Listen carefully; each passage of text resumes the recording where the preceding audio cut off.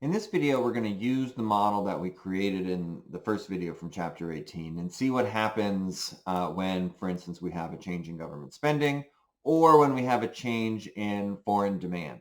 And so we'll see that, that it's a little bit different. Obviously, we didn't have foreign demand at all in our original model of the goods market. But also, now we also have to think about imports when we think about changes in government spending, right? So one of the reasons that the multiplier is smaller in an open economy than it is in a closed economy is that part of the extra spending that comes from higher income goes to imports. And so that's going to sort of leak out of the economy and lead to a smaller multiplier. Now, this is going to be significant in an economy like the United States, but it's going to be, hugely significant in an economy like, say, the Netherlands, which we saw, has an export ratio of over 80%. So now if you're, the Dutch, you want to think about, well, do I want to engage in fiscal policy that's mostly not actually going to help my country? Half of it's going to go to Germany and France and England. Maybe not. And so you might need a coordinated policy with your neighbors if you're going to be willing to do something like that.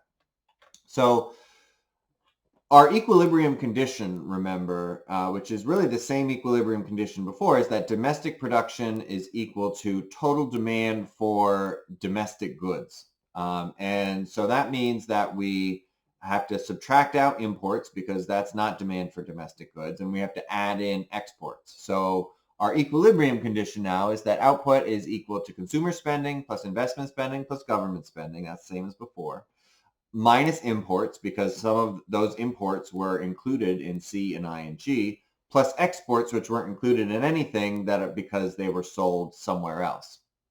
So the equilibrium is obviously still at that 45-degree line once we have the correct demand for domestic goods. So, all right, that's good. So we've got this ZZ line, which now has taken out imports and added in exports.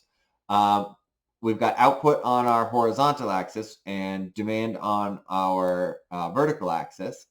And now we've got the trade deficit on the bottom, right? So we've got net exports on the vertical axis here and output on the horizontal axis, and we have a decreasing net export line. And the reason it's decreasing is because imports go up when output goes up, but net exports don't change because net exports depend on somebody else's income, right? So you could say that for the world economy, both those are going to go up together, but that's not what we're focused on, right? We're focused on the domestic economy. And so at equilibrium, we could have a trade balance, we could have a trade surplus, we could have a trade deficit. Now, as we saw in Chapter 17, the United States has had a trade deficit for quite a while. So perhaps graphing it this way makes sense. At point A, which is our equilibrium, we have a trade deficit. And what does that mean? Well, it means that we're importing more than we're exporting. Okay, so let's think about this. Let's think about some differences in this model as compared to, our model in chapters, 3, 4, 5, and 6. So one thing is that an increase in output is going to lead to a trade deficit, right? We just said that. An increase in output is an increase in income. An increase in income means we spend more on imports, but that increase in spending on imports doesn't have any effect on exports. So imports go up, exports stay the same. That's an increase in the trade deficit or a decrease in the trade surplus, right? Our net trade balance is going to deteriorate. We're also going to have a smaller effect on government spending or investment spending or consumer spending because ZZ is flatter. So remember, ZZ is our demand for domestic goods is flatter than DD, which is our domestic demand because of imports, right? So the multiplier is smaller in an open economy. And that makes sense when you think about it, right? You get that initial spending on, say, increase in government spending. That increases people's income. That increases people's consumption, but some of that consumption is going to go to imports. Even some of that investment spending is going to go to imports, right? Like, so you might buy more computers if you're a firm, but some of those computers will be imported. You might buy more vehicles, but some of those vehicles are going to be imported. So imports, that spending goes to another country.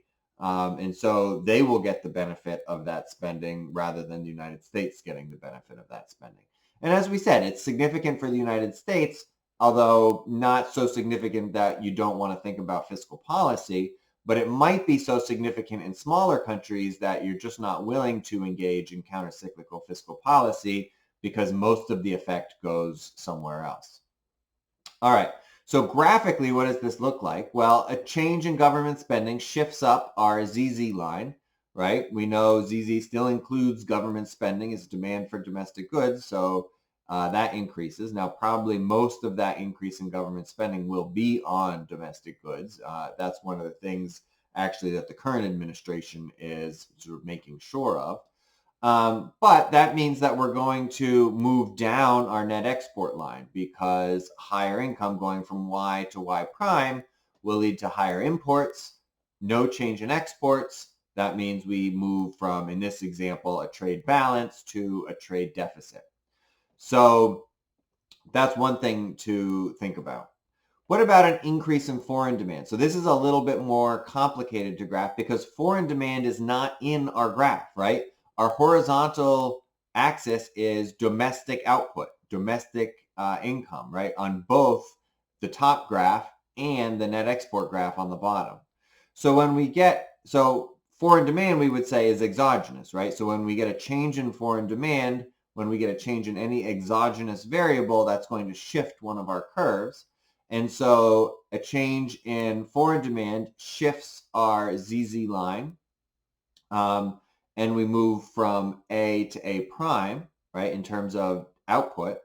It also shifts our net export line, right? Net exports, remember, are exports minus imports.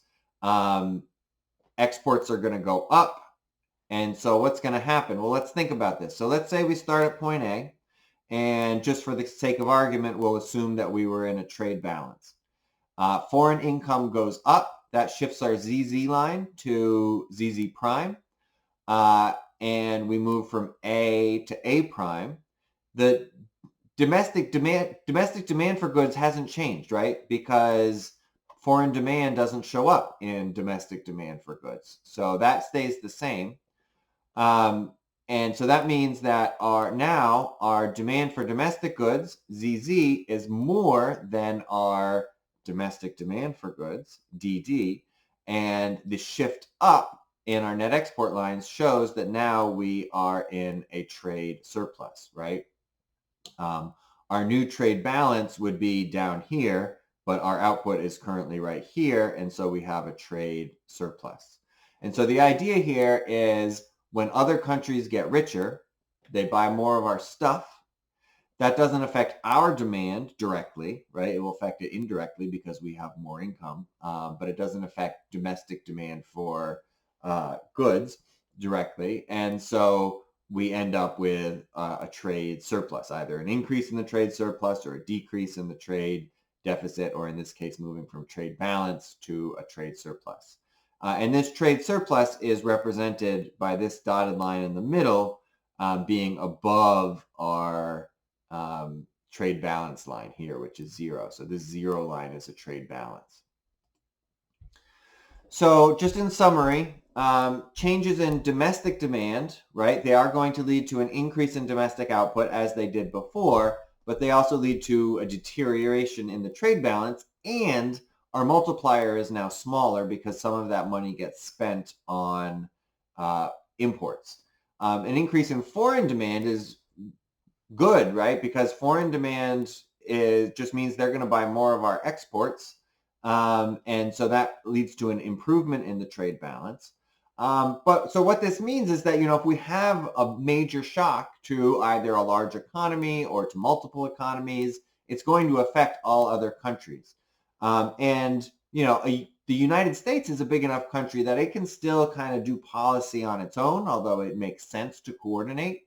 But for smaller countries, you really need to coordinate policy because otherwise there's going to be no incentive for countries to engage in sort of expansionary fiscal policy if they're not going to see the benefit from it, right? So if you're in the Netherlands, you want to make sure that, when there's a bad shock to the economy, that Germany and France and all the other Western European countries that you trade with are also engaging in, expansionary fiscal policy.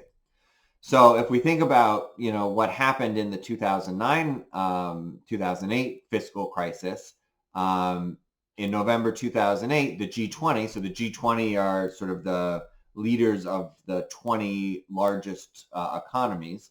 They met to coordinate their response, both in terms of monetary policy and fiscal policy.